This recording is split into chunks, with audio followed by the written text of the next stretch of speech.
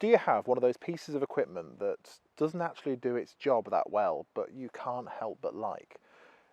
That's what this is for me. This is the Fortis SAS Smock. You probably know Fortis through their previous branding, which is Country Covers. And if you look at our YouTube channel, you'll see that we've got a video which is a factory visit to the Fortis factory shop from the middle of last year. We went down to see Oliver and we saw the rest of the team, and we met the people who actually put these things together, and met the designer.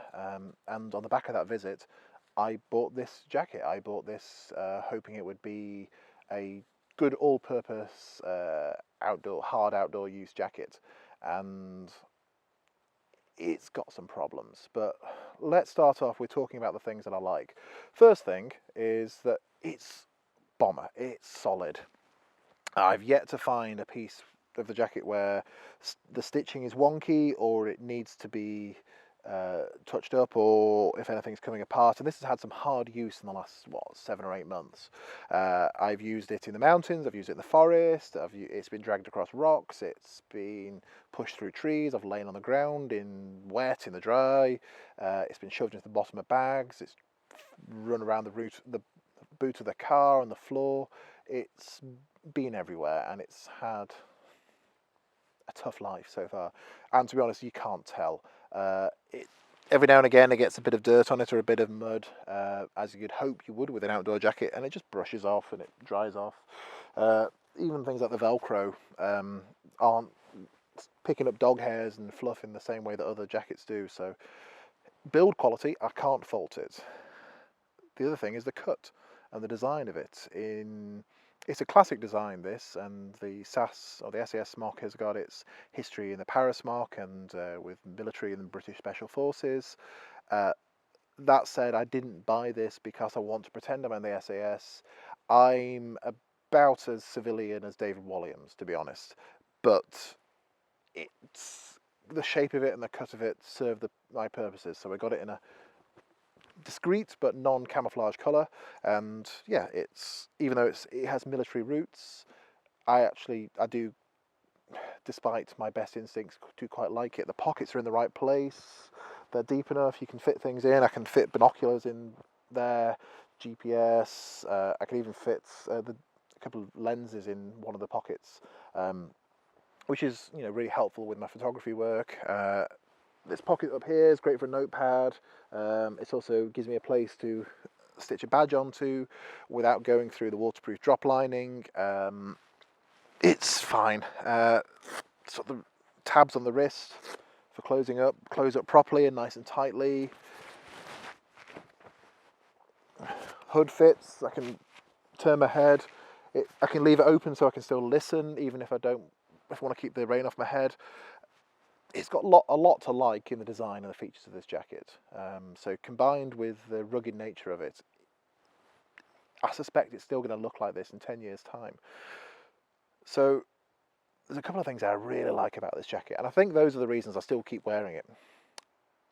But there are problems, and some of the bigger problems are to do with the waterproofing, or the waterproof drop liner. So let me explain. You've got this outer layer here.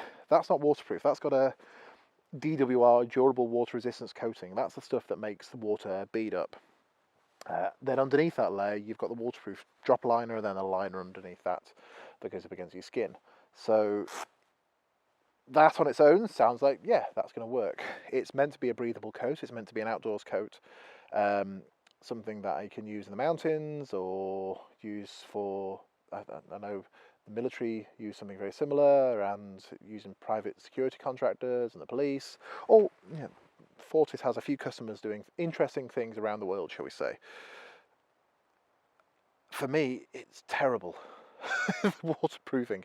It's not that it leaks. The waterproof drop liner in this is brilliant. I could stand under a waterfall. Unless water got in through the neck or through the zips at the front, I don't think I would get wet. But if I moved around at all, you would find out this jacket is so imbreathable. The breathable nature of this jacket just doesn't exist. Any movement really builds up a layer of sweat in it quite quickly. And this isn't just me. I've loaned this jacket out to other people who sweat less than me, and they have the same problem.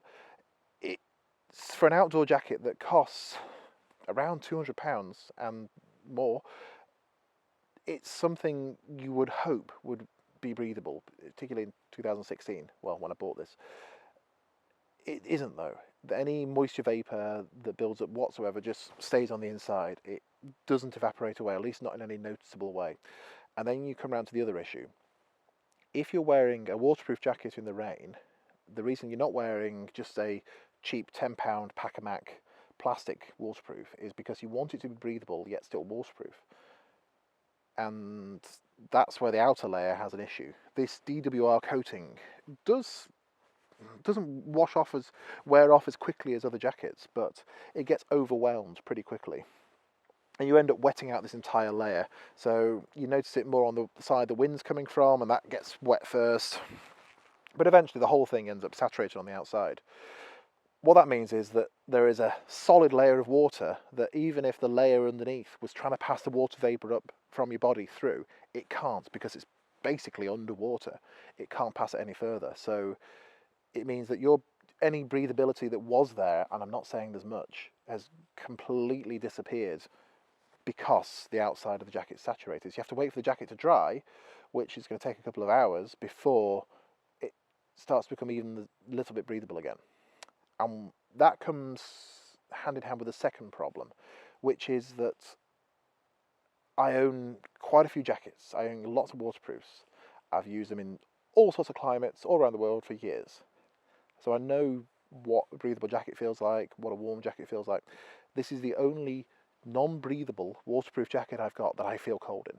I don't really feel the cold, but because that layer of moisture builds up so quickly and hasn't got anywhere to go, and the jacket's actually quite thin, despite being quite heavy, you just end up cold. I end up cold on top of my shoulders, on my back, on my chest, in a way that I don't with other waterproof jackets. And that includes more of the hunting, this kind of thing. And not just high performance mountain lightweight jackets. It's, as I keep coming back to, this jacket costing around about £200 should perform better. It should be more breathable, and it should keep me warmer. So I have to wear a mid layer with it in a lot of conditions, which only then means I just build up moisture in the mid layer instead of on the inside of the jacket. So I'm never really going to be wet. I'm never going to be wet from rain, but I'm always wet from sweat. So those two things, the breathability and the lack of temperature retention, are the two things that really disappoint me about this jacket, because I did hope it would be an all-round outdoor use jacket, but I've used it in the mountains and I don't really think I can. Any kind of mildly strenuous physical activity, or walking with a rucksack on, or carrying a load of some kind, or walking up a steep hill, it overwhelms it. I'm not using it for mountain biking or running in, but I'd hope I'd be able to walk up a steep mountain slope with it. And I find it just becomes overwhelmed too quickly. There are also a few minor niggles with it that I can live with, but are, again, a little disappointing. The first is there isn't one of those hooks on the inside, a little tab of fabric or a loop to hang it on a peg. And it sounds like a small thing, but when you're hanging it on the coat hook by the back door every day, you end up having to hang it by the hood, which then it's just something that wouldn't cost much to add in, but I wish it was there, you know. The other thing is the drawstrings. So there are drawstring toggles here on the hood. There are some down here on the waist that you can pull really tight to make it I think it's called the Brecken pouch, where you can just shove things in there to avoid carrying it in your pockets. And then you've got the one at the bottom down here. All of these are just simple plastic drawstrings on a piece of nylon cord that run in a channel. That was fine when I was 12 and it was on my school coat, but now that bit just keeps whipping around in the wind, and you either have to tuck it back up there or tuck it inside, and then you have to pull it out again if you want to adjust it, so you end up having to tuck it back in, or it comes out again and it whips you in the eye again. And it's you know, you're wearing this jacket to keep you dry, not to go through a minor BDSM session where it whips you every time you go into a strong wind. And the same thing happens down here. These end up hanging out or get caught on things. You have to tuck them back in along the channels, and I like the adjustability of it, but you'd hope somewhere in the design they can be tucked in a bit better, or there's somewhere for them to go. you see it on pretty much every high-end waterproof jacket now, or even low-end stuff. So I wish that was there. I realise this is a classic design, but it doesn't take much to add it in. So I do sound like I'm being grumpy about this, but it has disappointed me, I must say. I will keep using it. I suspect I'll still be wearing this in 10 years' time because I don't think it's going to die. But I'm going to have to pick and choose where I'm going to wear it. And for me, I like my stuff to work in a lot of conditions and not have to really think about my equipment. If I'm thinking about my jacket, it's not doing its job really. I want stuff to just work in the background and me be able to just get on with things. So for that reason, I'll probably use this for a few very specific things where I'm standing around in heavy rain and I'm not going to be moving around that much, and I can put a mid layer on underneath and that should be fine.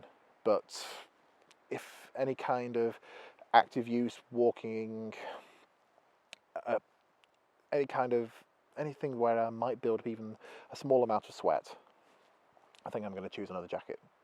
So thank you for watching. If you've got any questions or comments or any views or anything you want to just bug me with or just shout at me about, then put it in the comments below. Our email address is on our website. We've got our Facebook page and our Twitter page, so you can get in contact with me if you think I'm an idiot and just tell me about it. Thank you for watching. If you like this video, please like it below. If you can subscribe to our channel, that'd be great. We've got more stuff coming out every month, hopefully. And yeah, thank you for watching, and we'll see you again next time.